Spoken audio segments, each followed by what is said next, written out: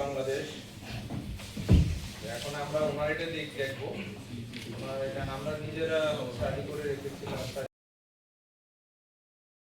বলে গৃহীত হয়েছে। সেই 6টি নমিনেশন পেপার আমরা প্রার্থীদের নাম বলছি।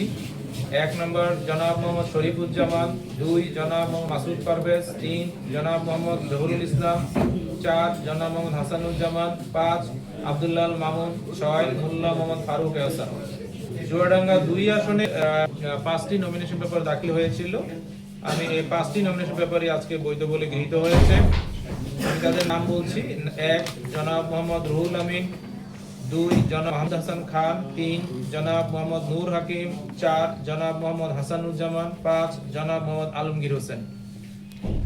এই 2 আসনে মিলে মোট 11টি নমিনেশন পেপার দাখিল হয়েছিল 29 তারিখের মধ্যে। তো এই আজকে বাছাই পর্বে এই 11টি নমিনেশন পেপারই বৈধ বলে গৃহীত হয়েছে। আমাদের একজন প্রার্থী আছেন, উনি 2জন প্রার্থী আছেন এবি পার্টির না ইসলাম আন্দোলন, হাসানুজ্জামান না এটা না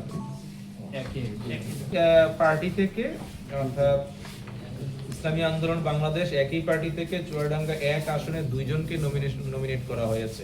জনাব মোহাম্মদ জহুরুল ইসলাম, জনাব মোহাম্মদ হাসানুজ্জামান। তবে যেহেতু নমিনেশন পেপারগুলো বৈধ আছে সেই হিসেবে বৈধ গৃহীত হয়েছে। তবে নমিনেশন প্রত্যাহারের সময় ওনাদের 2জনের যে কোনো একজনকে প্রত্যাহার করে নিতে হবে। প্রত্যাহার না করলে আরপি অনুযায়ী 2টি নমিনেশন পেপারই বাতিল হবে। আর যদি ওনারা প্রত্যাহারের সময় একজন প্রত্যাহার করে নেন তাহলে বাকিজন বৈধ থাকবে।